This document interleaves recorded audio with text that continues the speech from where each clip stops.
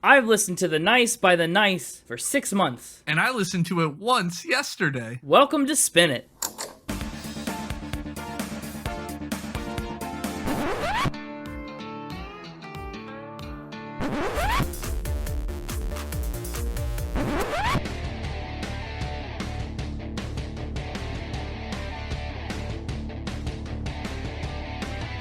Hello, everybody, and welcome back to Spin It, the record ranking podcast for people who would rather be listening to music. I'm James, and with me once again is Connor. He's returned. I'm back. He's returned from his adventures at Con?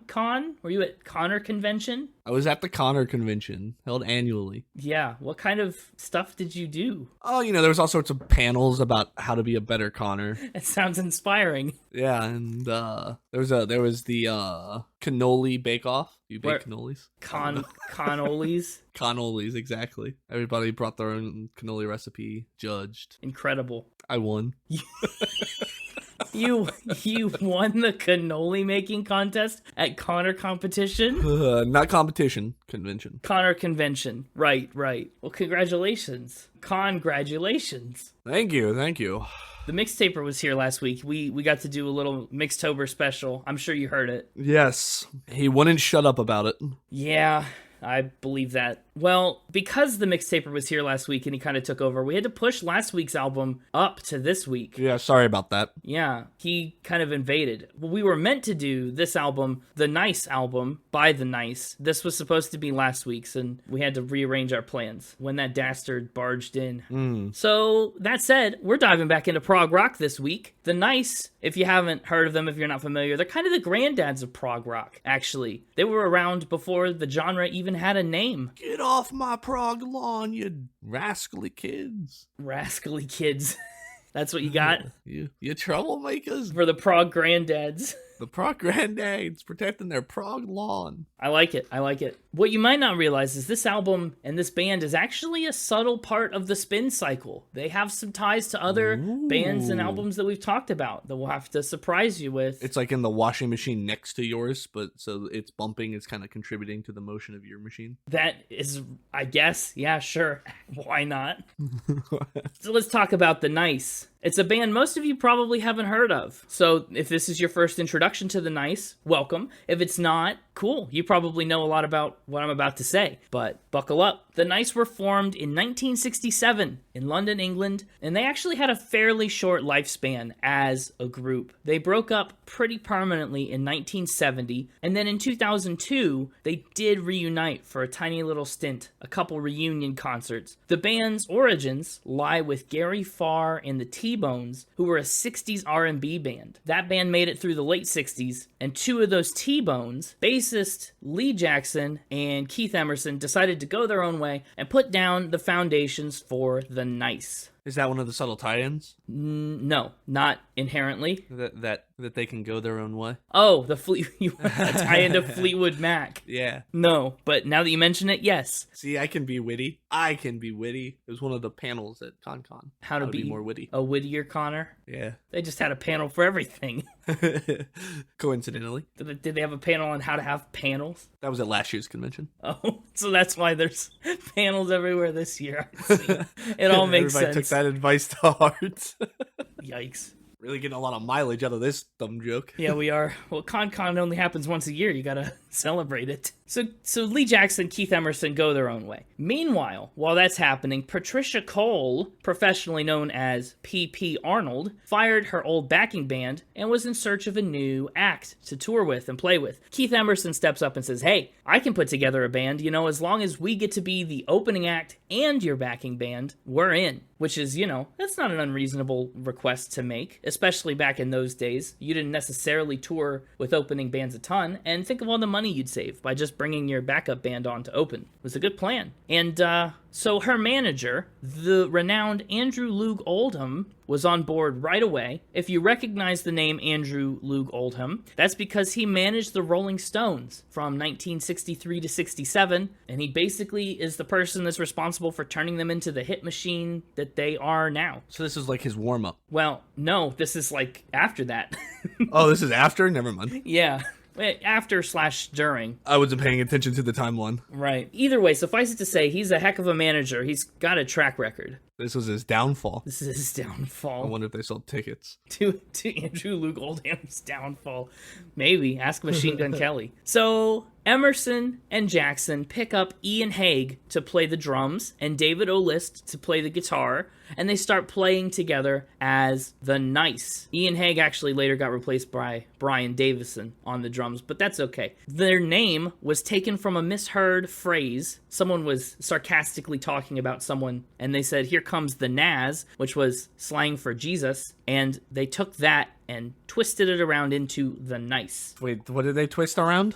They twisted around the Naz into the Nice. Just, one of those cases of misheard dialogue. That's happened before. We've had people do that. They were like, "We're a Naz," and other people were like, "Oh yeah, you are kind of nice." I mean, roughly. If that helps you remember it, yeah, basically. Andrew Loog Oldham was so impressed after their stint with Arnold that he signed them to their own contract. He said, "I'll take you under my wing, and we'll do it." And just like that, they were in. They toured with all kinds of contemporaries like Jimi Hendrix, Pink Floyd, King Crimson, Amen Corner, The Move, and more. So they were really getting out there, but things were kind of tense. They decided they needed some changes. O'List claims that he left the band voluntarily, and he was so hasty in leaving the band that he didn't even tell the others about his decision right away. He waited for them to get in touch with him, and they had to call him up and be like, "Hey, did you quit?" And he was like, yes, I quit the band. Dang. I know, it's kind of wild. What a way to find out. That's how you're going to find out I quit the podcast.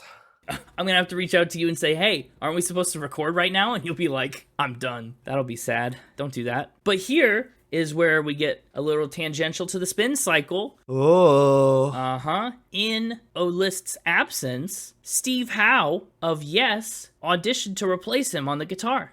Oh. Did he get it? No. They decided to stick to being a 3-man band. Considering you said auditioned and not joined, I was like, I don't think he got it.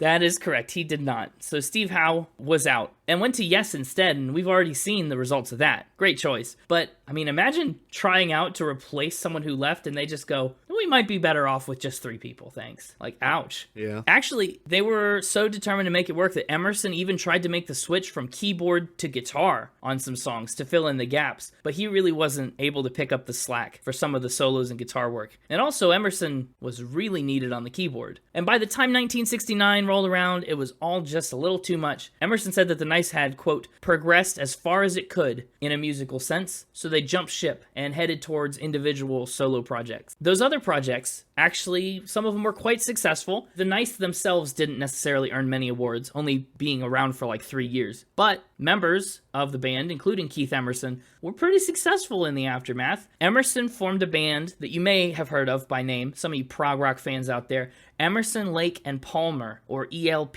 and he found massive success as a keyboardist and a composer for film soundtracks, orchestras, and more. And after his death in 2016, AllMusic described him as perhaps the greatest, most technically accomplished keyboardist in rock history. Wow. I know, and that's pretty accurate. He actually hated the idea of playing the keyboard and being static, just sitting at a piano or standing at a keyboard. So he invented all these new ways to get involved with playing. He was a real pioneer for that kind of energetic piano playing. He said he wanted to get around inside the piano, brush the strings, stick ping pong balls inside, kind of some of these weird playing techniques like we've talked about before, notably like the Beach Boys kind of tried to do. He would even like stand up and reach into the piano that he's playing during performances and use his hands to like accentuate the notes and make them hit differently. So that's kind of wild. If you take nothing else away from this episode, take away Keith Emmerson and his piano playing, because we are in for some great piano and keyboard feats in these next couple episodes. I think I will choose to take nothing. Take nothing? Oh, you're gonna Steve Howe him. He's like, I said take away the keyboards, and you go, we might be better off without.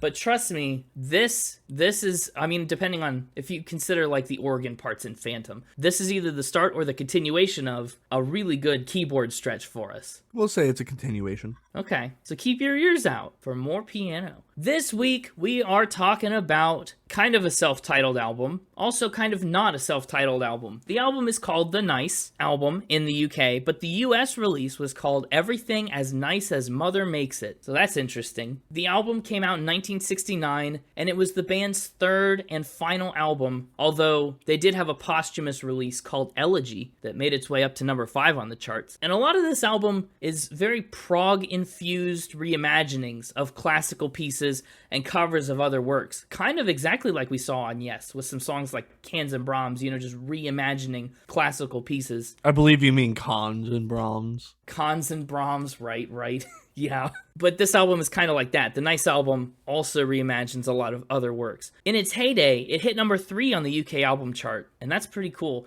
As far as composition goes, half this album is made of studio tracks. The first 4 songs they cut in a studio, that's the A side of the record. You flip the record over and side 2 features 2 live songs recorded from their touring. So that's very interesting. We get a little bit of live Nice and a little bit of studio Nice. And with that, I think it's time to get the Mixtaper on out here to see how nice he can be. Hey, it's me, the Mixtaper. Welcome back after your big week last week. I'm excited to play more Factor Spin against you. I had fun trying to fool you, but this feels more correct, like the way things should be. Indeed. I thought we just jump right into it. I say we do. Yeah, you give me a nice fact, and I'll tell you if it's a nice fact or a nice spin. I thought I'd go a little naughty. Oh, okay. Get all that out of your system now before Spinter Wonderland. Oh, right. In that case, we'll just stay nice. Okay, good plan. Patricia Cole once performed on a cow. On a cow? So Patricia Cole, the same Patricia Cole that they were the backing band for and opener for, she performed on a cow? Yes. You milk lover, you. I should have known you'd do this someday. I am a milk enthusiast. So why? Is this on a stage, or was she performing on a farm for a crowd without a stage and needed to be visible up above the heads of everybody? I mean, I'm thinking of scenarios in my head. Well, let me answer your question with a question. I don't like that. What is the UK's most famous animal disease? Well, you're probably going for mad cow disease. Yeah, they deal with that crap all the time over there. Seems like every couple of years. That is true. So is Patricia Cole on a mad cow? No, but they were at a mad cow disease charity event. Okay, so what's the gimmick? You go to this charity event to watch concerts and to raise awareness and funding for mad cow disease. They perform on cows? It was I guess to raise awareness was probably part of it, but it was to help relieve some of the cow farmers who had been hit hard by the most recent batch of mad cow disease. And so all the proceeds went to that. Oh, okay. So it's not for the cow, not for research or for... No. Okay, no, it's for farmers and relief. Okay, that's different. And they were the live entertainment. So she's sitting on the cow, forward facing or side saddle? Yeah. Just on the cow. And how long was this performance? I actually don't.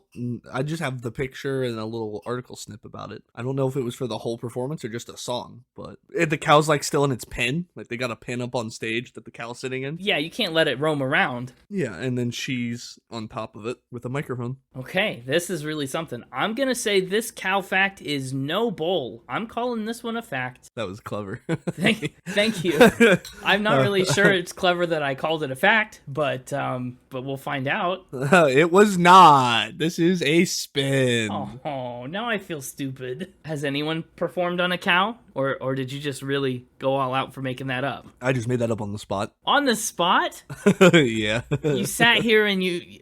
Wow. I hate that one. Those are the ones that get me the worst. You did it with Gabrielle Aplin's chip recipe, too. Because you were eating chips. You were like, this will be funny. Wow. I'm off to a really bad start. Well, I realized I didn't have enough facts for this week. I got behind on my research. And so I was like, I need to make one up. Well, bravo. That one was really good. Somehow very believable. At least in the moment. In hindsight, I'm going to re-listen to this and go, you're just a fool. But... Well, I got another animal-related fact for you real fast. Okay. Let's get them out of the way. You're going to milk it? Nope, this was not a cow. No milk. I guess it is a mammal, so it would potentially have milk. Well, let's put a pin in that. Let's put a pin in whatever Anyway. you're thinking right now and move along. Gary Farr once played chess against a chimp. You've done an interesting thing this time where you took people who were like related to the band. Uh-huh. Gary Farr was the band leader for the original band of Jackson and Emerson. Yeah. And he played chess against a chimp. It was really hard to find interesting information about everybody. I had to get creative. I can imagine. This is a bit of a deep cut episode. Chess against a chimp. So, did he, first question, and most important, did he win?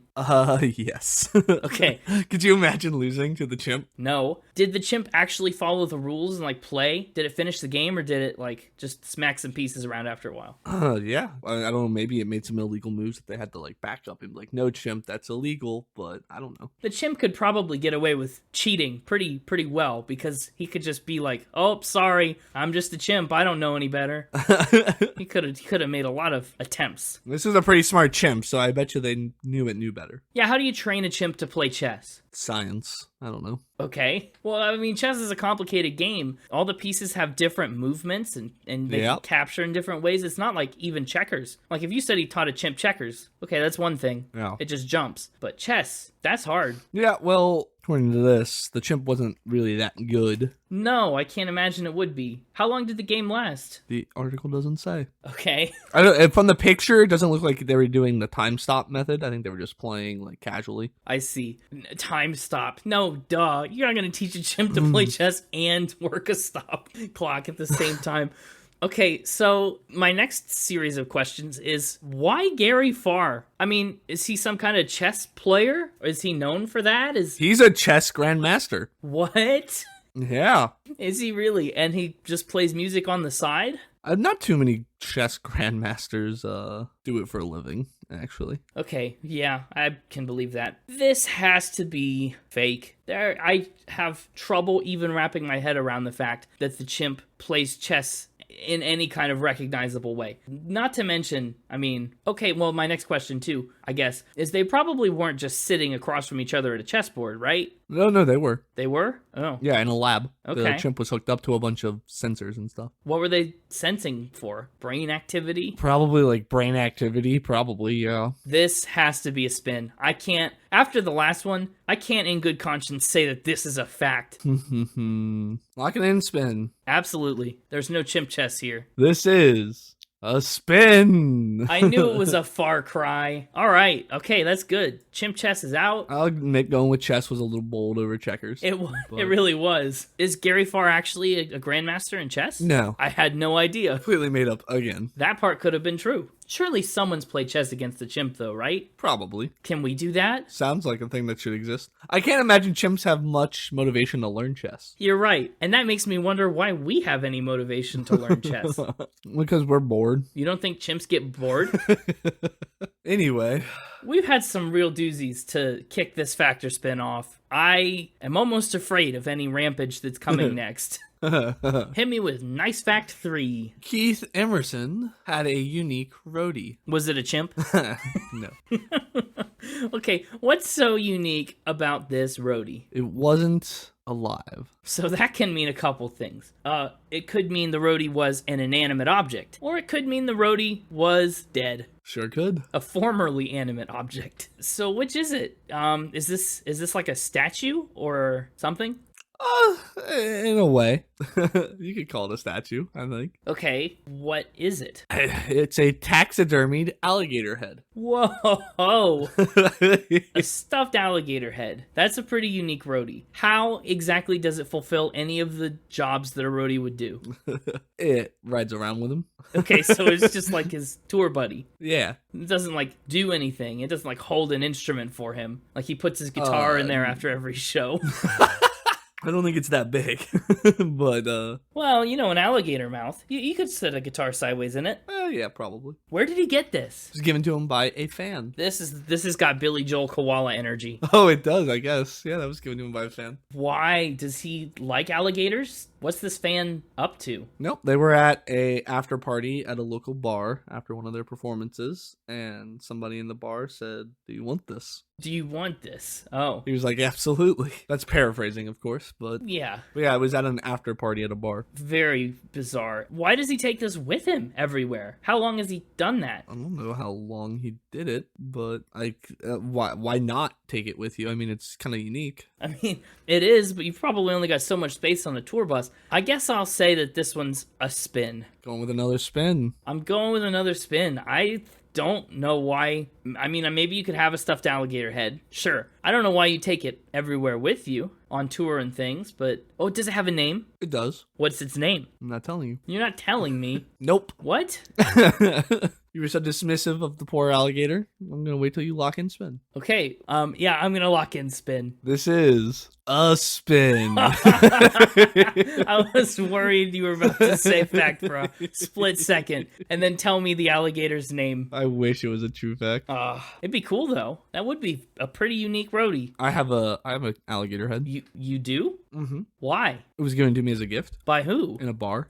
This, I feel like, is actually true. I just do. I don't know if it's for sure true. You've never talked about an alligator head before, but for some reason, I can... Yeah, it sits on my little Mixtaper dresser next to my Mixtaper TV in the untrue. Right. Interesting bit of trivia there. Well, I feel like I should point out, you've told like 13 spins in a row. Wow. Really getting spinny over here. Yeah, I guess you are. 14 spins in a row, actually. Will it be number 15 or will the streak break? I'm thinking it's going to be 15 in a row, but you could really pull a fast one on me. You could pull a fact one on me. Fact one on you. That's funny. Well, fire away. Lee Jackson has a special pre-concert ritual. A pre-concert ritual, you say? Much like the Pentatonics eating rotisserie chickens every night before they go on stage.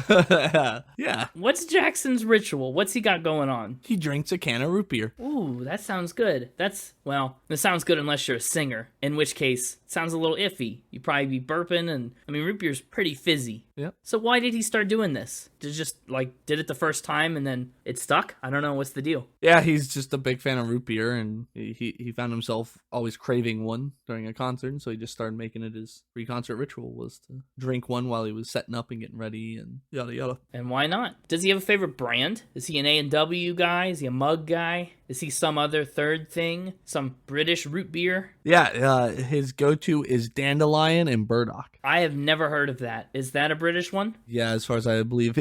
According to this, it says it's actually closer to a sarsaparilla, but sarsaparilla, birch beer, root beer, they're all basically the same. They pretty much are. So how many, this is an answer you don't have. How many root beers has he drank over the course of all these shows he's played? At least one. Yeah, that is true. I think I don't like this. I don't like this at all. Because you could have made this up. Literally sitting right here. You could be drinking root beer right now. I'm not.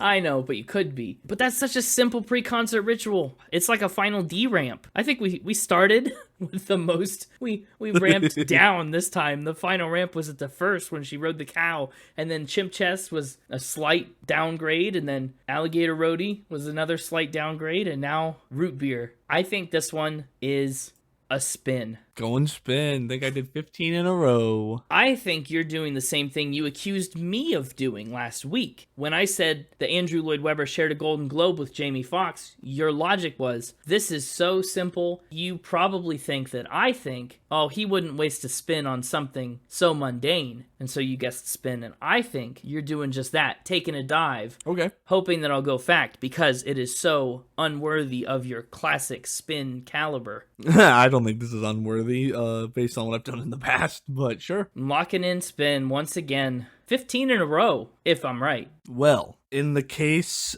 of Lee Jackson versus Dandelion and Burdock Sarsaparilla, the jury finds it a spin. What on earth was that? Okay. I don't know. Well, it's a spin. That means I went 3-1 this week. There was something special about all four of those facts that they had in common, or spins, I should say, that they had in common. Well, was there? Because you made one up on the spot. Uh-huh. So unless you made them all up on the spot. Sure did. Wow, that is really something. You make a pretty good on-the-fly fact. I mean, at least one of these tricked me. Yeah, and a couple of them got close where you were scared. I was a little scared. I wonder how your brain thinks of these things. How you just sit here and go, I bet he played chess against a chimp. Usually the first concept of something that comes to my mind, I snag, and then I take a different concept that comes to my mind and I mush them together. Yeah, retrospectively, I can see it in your line of answering questions. You know, you started with the unique roadie. You didn't tell me what it was right away. You just kind of let me walk you to it. Yeah. See what I ask questions about. You've done that in the past, too, where I've asked a question and you've been like, you know what? I like your version better. Yes. Yep. I wasn't going to let that happen. Well, that was a fun round of Factor Spin. I really want some dandelion and burdock sarsaparilla now. That is a real thing. Yeah. Okay. I did do a quick Google. When you asked the question, I did do a quick Google of British root beers.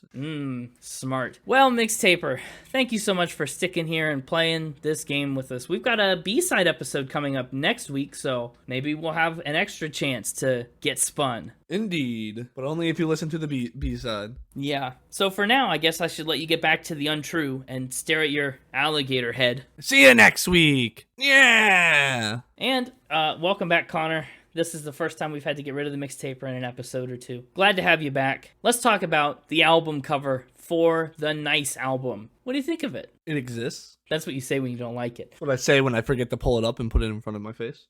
It almost looks like it's a scrapbook, right? It's a red, almost looks like a bound book with a nice little, a pleasant script, nice up above, and some pictures of the band's members on the front of it. Black and white photos. And I think it's interesting. I think it's really cool. And probably it's made even more meaningful by the fact that this is the last album the band would put out. But it feels like, you know, as a self-titled album and this kind of album cover adorning it, it feels like a statement of, hey, this is who we are. You know, if you're looking for the Nice, this is how you'll find us. This is what we're all about. Feels very personal. Yeah. And I like that. It's kind of a nice glimpse into them. Yeah, I agree. Plus, it's a pretty nice color red. I'm a big fan of the red shade. I am too. Yeah, it's a good shade. Well, this week we might have a bit of a shorter episode on our hands. We've only got 6 tracks to talk about. Indeed. But I guess we'll dig into them. I did find some cool information on some of them, and I'm excited to talk about them. And actually, I'm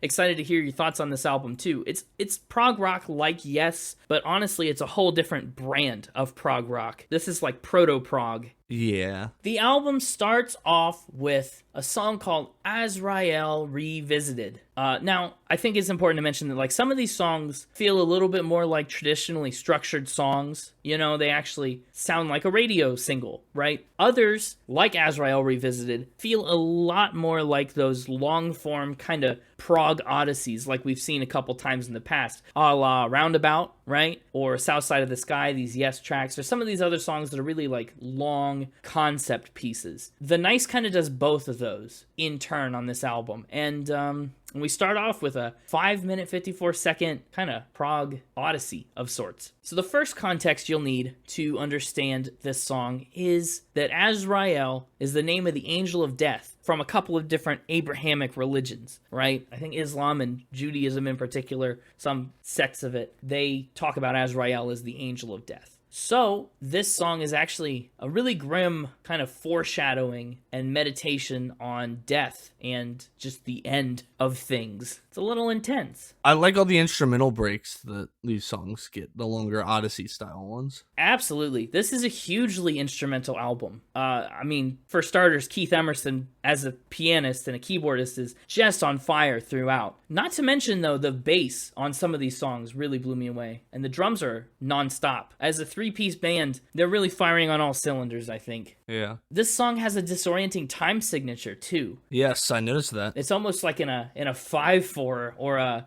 something weird you have to count out very specifically. I couldn't tell if it was something like that or if like it didn't have a 4 in the bottom of its time signature. I was struggling to tell if it was like in like a 5/3 or I was It was difficult to track what the time signature was. It felt like it was almost shifting from time to time. Yeah, it does. And I think it's an interesting effect where the first time you listen to it, that catches you so off guard. You spend so much time trying to get your feet underneath you. But then the more you listen to it, and the more you start to understand this chanting that they're doing, the more you get into the groove of it, the more it all kind of congeals and fits together. Plus, I mean, these lyrics are really kind of intense for as high energy as the song sounds, right? What gray crossed the landscape of your mind? Azrael looking down on you, like the angel of death is coming. It's pretty dark. And the first verse really establishes that creepy kind of ideal, you know. And the chorus, of course, just Azraella. They just chant, which, again, creepy in context. And then in the second verse, the speaker warns that Azrael, on wings of death, collects his pound of flesh and also brings only death. This is still Mixtober, you know? There's a reason this episode was for last week. Yeah, that's true. Anyway, I think that time signature business blended with the really, really stellar and also really frantic sounding instruments and that chanting chorus really kind of give this song a haunting, kind of terrified feeling of being in the throes of that angel of death. And it's a really intriguing 6-minute start to the album. Yeah. What do you think of Hang On to a Dream? Yeah. Track 2, Hang On to a Dream, really slows us down, first of all, but also pivots us in a different direction. It's a little more, I don't know, immediately impactful. While Azrael Revisited kind of meditates on the future and on things dying, Hang On to a Dream kind of places us in the middle of the death of this dream. Lee Jackson is the vocalist on this one, and it's a song about heartbreak. It's a particularly beautiful track from this record, I think. Yeah, I really like it. It's very pretty. It is. It's the second shortest track on this album, and even still, it clocks in at a pretty significant 4 minutes and 47 seconds. However, despite its length, this still does feel much more like a standard song than the prog epic. It feels like we've taken a step back from that into a more traditional song structure. Yeah. But the premise, things are going south. Our love was a dream, and, well, now that our love is ending, it's a little bit like waking up, and the speaker's kind of left wondering and asking how to hang on to a dream in that fleeting moment before things get a little too real and everything that you were dreaming about fades from memory. It's wild and very intense. The structure of the lyrics is built around asking all these questions. How can I do this? What can I do? Why does this happen? And I think it's a really cool concept because it doesn't oblige the song to provide answers, right? It's not a song of resolution or of realization. It's kind of a song of uncertainty. And I like that they just choose to let it stay that way. Yeah, I agree. Again, the instrumental bit, about 2 minutes into the song, where the pianos just really kind of go, gives me a very classical vibe. Absolutely. Yeah, this is one of those songs where it feels pretty evident that they rearranged a lot of classical music, or at least they dabble in that hemisphere. I don't know. It asks so many questions that it almost makes me ask questions too. Like, how do you hang on to a dream? And in a very practical sense, is a dream like that's already fading even worth necessarily trying to hang on to? I get that in the moment it feels like everything's crumbling, but if there's no way of saving it, if she's already cut the ties, is that really what you want to go back into? And I don't know. The next song sounds like it's going to be another sad song, but really it's not. Diary of an Empty Day is the next track, and it's pretty close to the happiest point on this album. A very happy-go-lucky moment. It does, and this is our last shorter, more traditional song length one on the album. Yeah, that's true. This one is under 4 minutes, which is kind of a feat with as many instrumentals as they cram into it. Actually, this song prominently features one of Emerson's more distinct instruments. He plays a Hammond L100 organ, and that's kind of what gives it this rich, full sound. It's such a nice, jaunty little tune, It kind of, once again, ends up being a showcase for the keyboards, but I think the vocal work is pretty similarly impressive, just in terms of range. He really gets up there on some of those chorus parts. Do do do do do. I like it. Now, on an empty day, what do you write in your diary? Nothing, because the day was empty. Nothing. Right. That's reiterated a couple times throughout the song. The speaker's head is empty, and his journal, therefore, is blank, just like his thoughts. And honestly, it's kind of cool. It's a cool angle because that kind of emptiness is the reason the song exists. Like looking at some of these lyrics, I want to write the words to this music, but my head is all set to refuse it. No reason or rhyme to abuse it. Like, I can't think of what to write about, so I'm going to write about not being able to think of what to write about. It's very cyclical in nature to think like that, but it's kind of fun, and it makes for a really kind of peppy song here. Again, I like the kind of techno-y pianos on this one with the ba-ba-da-ba-da-ba-ba. Absolutely. Yeah, it's a super involved keyboard part. The more I listen to this album, the more Emerson's keyboards just floor me every time. You can always, it's one of those albums where if you're willing to dig deeper into it and listen to it closer, you'll find something else that you didn't hear before, especially regarding the instrumentals. Yeah. For example,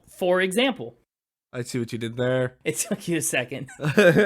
For example, is the fourth track on this album, and it's a very cool one, actually. We get a horn section on this song. It's kind of a breath of fresh air, a new flavor, a really rare inclusion for the Nice, actually. One of their only horn-inclusive pieces. Yeah, and I love it. I love it. Love me a good horn section. I know, and it's just subtle enough. Like horns, brass sections in particular, just have a big tendency to pop and stand out in all the wrong places, and it's really great that they're able to balance this one in a way that it doesn't. But you can still, like, it's still there, still very prominent. It's just not overwhelming. For me, for example, kind of falls right in the middle of the prog structure and the radio single structure. It has just enough punch and rhythmical shuffling to kind of keep its feet firmly in the prog camp, but also it's got the melodic structure that kind of pushes it right into the other camp too, at least halfway. This kind of straddles that line. This one went a little too long for me. Yeah, for example, is an 8-minute, 52-second song, and it is wordy. It's a wordy song, but there aren't a lot of different lyrics. It's pretty heavy on the repetitive stuff. And, you know, it also, much like other prog songs we've talked about, it leans heavily on natural imagery, comparing all these sensations like hearing and smelling to bees buzzing and breeze blowing. Like, we kind of put the object of our sensation in place of sensing the thing. That substitution is really interesting and kind of clever. Yeah. It's another song just like Hang On to a Dream, where we take on a lot of questions in quick succession. Did you do this? Did you do that? For example, like bees. What always gets me jazzed about this song, right from the get-go, is that intro. The way that they kind of play a phrase and then go bump, bump, bump, bump, bump, bump, bump, bump, bump, bump. You know, there's always that stop cut. Yeah. And I really like that. I can get into that. Good rhythm. Very good rhythm. That kind of concludes the first side of the album. That's, I mean, roughly, from a time standpoint, that's about the halfway point. You flip the record over, and then we get into these two live tracks that were recorded in 1969 at the Fillmore East in New York City. We've mentioned the Fillmore before, not the New York City one, but the Fillmore that was in San Francisco. We talked about Janis Joplin and some of the hippie bands that would play at the other Fillmore. I don't know if they're related or not, but probably they are, right? Anyway, up first is Rondo 69. It's called Rondo 69 because they have to distinguish it from the first Rondo. It got a studio release prior to this album coming out, and so this live performance gets tagged with the year. They're naming their Rondos like Microsoft names their Xboxes. Rondo 360. Rondo Series X. What did you think? This is the album's only instrumental track, but, I mean, what a thrill ride. Yeah. A bit of a chaotic thrill ride. I'm a fan. I kind of figured you would be. They do a good job of keeping the intensity high the entire time without it ever, like, getting boring with it being so long. No doubt. And that's one thing I've actually heard the live version excel at over the studio version, is that it's way more, it's got that spark to it, you know, that the studio version is just kind of missing sometimes. It's kind of interesting, too. This is one where the drums are on all the time for this whole 8-minute track. It's just constant drumming. It's impressive. And the keyboards are doing their thing. It's a little chaotic and honestly at times a little clashy, but with style. It's not recklessly clashy. Clashy with style. Yeah, I'm a fan. I like Rondo, and honestly, if you're new to prog rock and you like instrumental tracks and keyboards, Rondo is a great place to get your feet wet. Jump in head first and try it out, you know? And the album closes up with track 6, She Belongs to Me, also live from the Fillmore East. This one is very loosely a Bob Dylan cover. You know, it's his lyrics and for the most part his music, but it's very niceified and very instrumentally focused. You know, Bob Dylan's a lyrics guy, and he, I guess, has his instrumental moments. We did a whole episode on Bob Dylan, 61 if you're looking. As a Dylan song, it should be no surprise that this song is very lyrically focused. Probably, honestly, the strongest lyrics on this album, in a certain sense. The song is mostly written as an ode to this girl, quote, who can take the dark out of nighttime and paint the daytime black. So it's a really nice, like, tribute. This guy really gets along with this girl, is really falling for her, really feeling it. And then things kind of start to take a little bit of a weird turn. You know, the dude starts peeking through her keyhole. She becomes a hypnotist collector, and he turns into a walking antique, I presume in a figurative sense. Maybe he gets taxidermied. Maybe he's that alligator. Maybe this song is about an alligator. Oh, I like it. Yeah. I think what it boils down to, this song kind of progresses from adoration into, like, worship. We get from a point where you're like, isn't she cool? Isn't she sweet? To, like, oh, the law can't touch her. Then to, you are hypnotized and entranced by her. And the final verse is like, bow down to her and salute her when her birthday comes. Pretty wild. It gets intense. For this song, I really like its variation between its quiet moments and then these really spontaneous just explosions of noise and energy that kind of pop out all at once, very unexpectedly. Yeah, this one just didn't do it for me, I don't think. Well, that's kind of understandable. You're never one for long songs, and this one is the album's longest track at 12 minutes and 14 seconds. Yeah, and we just came off of a long instrumental, so then the big instrumental break of this one, and I was just kind of like, all right, I'm tired of it. Wow, you being tired of instrumentals, that's a rare day. This kind of instrumental. I've never been a big prog rock guy either. That's true. I mean, we saw that loud and clear on Yes and other places. I don't know why, but that sounded like it was like one of those like adventure books you can pick up when you're overseas and like a Travelocity. Yes and other places? Yeah. Okay. Are you becoming, is listening to more prog rock making you more of a prog rock fan or less of one? I think it's just cementing my views on it. Okay. Not really going anywhere. It's just locking me in. You're becoming staunch, resolute. That was another panel at ConCon. Interesting. Well, I hope you're not too planted to not spin, because with only 6 tracks, we've already kind of hit the end of the road. It is time to go to final spin for the nice. Let's spin it. Oh, that's right.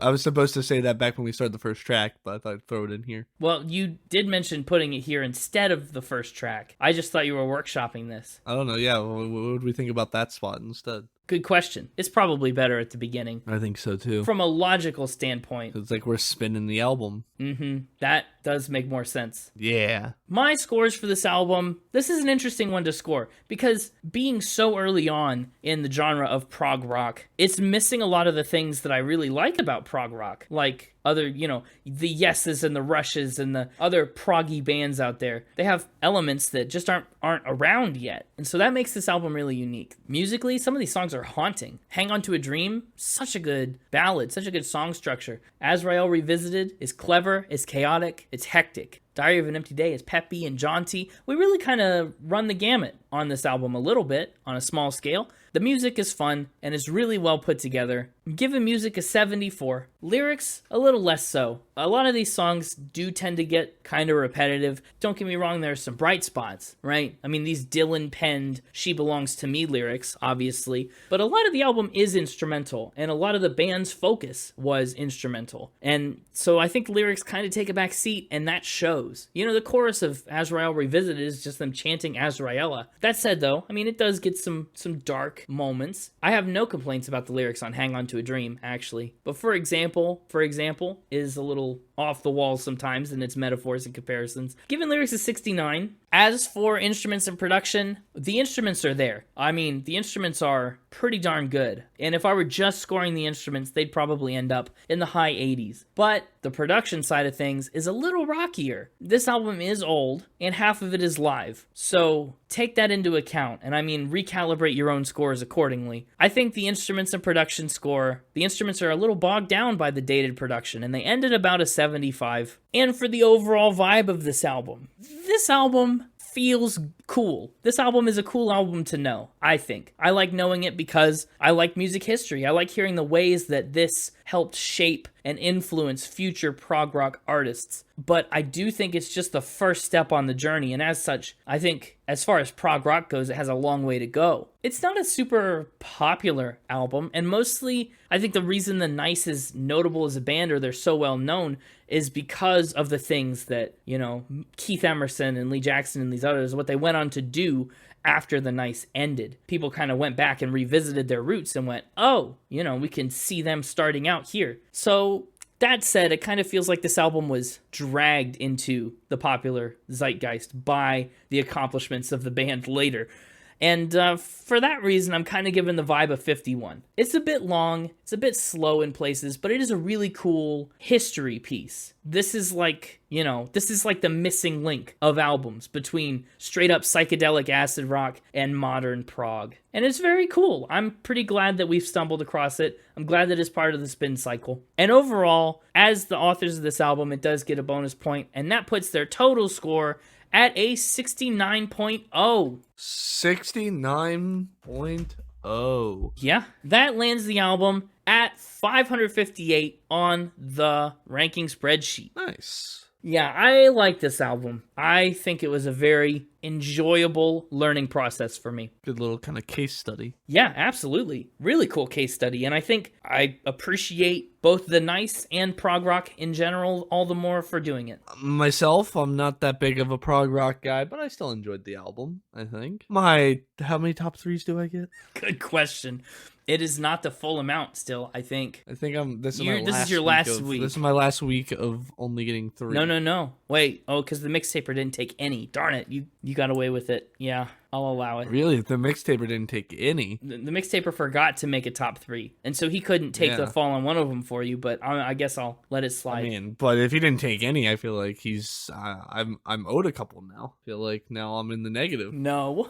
I'll ease up on you. Fine. I'll let you have that one back. Because you were so kind to Tina Turner, you can pick all your usuals this week. Plus, this is just a 6-track album. Exactly, so now I get 2/3 of it. I know, but it feels pretty inconsequential just to let you take the 4th. And so, my 4 in album order: Hang On to a Dream, Unsurprised. Diary of an Empty Day, Yep. for example, Yep. and Rondo 69. Nice. So you took all the middle of this album and you left off the start and the end. Honestly, same. Yeah. And as for a score, this one's getting a 6 from me, Solid, okay. with a unit of 6 panels at Con out of 10. Six Con panels. Awesome. Can you name what 6 panels did you go to? We already know you went to the Staying Resolute panel, and you went to the Be Funnier panel. What were the other 4? It was Witty. Thank you very much. Sorry, Witty.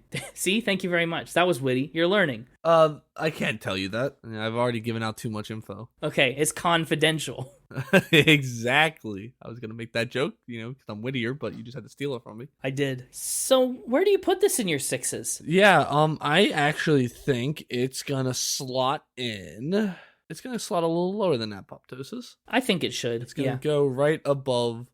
Actually, it's gonna go in right below the Beach Boys. My new bottom of the 6s. Yep. I think that's fair. I think that's understandable. And honestly, I mean, we already drew comparison between them and the Beach Boys with their unique piano playing styles and instrumental sensibilities. Well, cool. That gives it a 6 and a 69. How about that? Playlist picks? How about that? Playlist pick, yes. Oh, what are you feeling? I'm feeling like Hang On to a Dream has to be in there. I agree. What are we feeling for another one? I almost hate to put Rondo 69 on there. Rondo is almost 8 minutes long. Yeah, I know, it's really long. But it's really good. I don't know. I think Diary of an Empty Day is a pretty good second playlist pick. I agree, because it kind of gets both vibes of the album. Yeah, the sad, mopey, darkness of Hang On to a Dream kind of captured in Azrael Revisited. And Diary of an Empty Day kind of covers, for example, She Belongs to Me kind of falls somewhere in between both of them. So I think that's a good pair. Hang On to a Dream, Diary of an Empty Day. Welcome to the Spin It Favorite Songs playlist. Enjoy your stay. That's right. That's going to wrap it up for this week. Stay tuned next week for a very exciting episode. Remember, we're on a keyboard hot streak. We got some more piano playing coming up. and I'm excited about it. It'll be a good old B-side. It will. If you're looking for more info, if you want more info about this episode, other episodes, everything Spin It related, you can check us out on social media. All the social media platforms, at Spin It Pod on Twitter, at Spin It Pod Official on Instagram, www.spinitpod.com on the web, where you can also buy some cool Mixtaper, legally distinct coffee chain merchandise, and more. Yes. This has been a very good episode. It's been a lot of fun. But, like everything that's fun, it must tragically come to an end. Tragically? Well, let's not make it tragically come to an end. Well, hang on to a dream. It's tragic. Hang on to the dream. I should say it's tragic that it has to end. Okay. Tragically, comma, it has to come to an end. Okay, that is more like it. But you know what doesn't have to come to an end? You're spinning. You should keep spinning. We'll see you next week. Can you believe next week is episode 70? I know, it's like last week was 68. That's pretty unbelievable. I need to go finish unpacking from Con. You need to finish unpacking. Did you buy any souvenirs? Oh, of course. From the, well, I was going to say concessions, but that's The concessions. That's where all the food came from.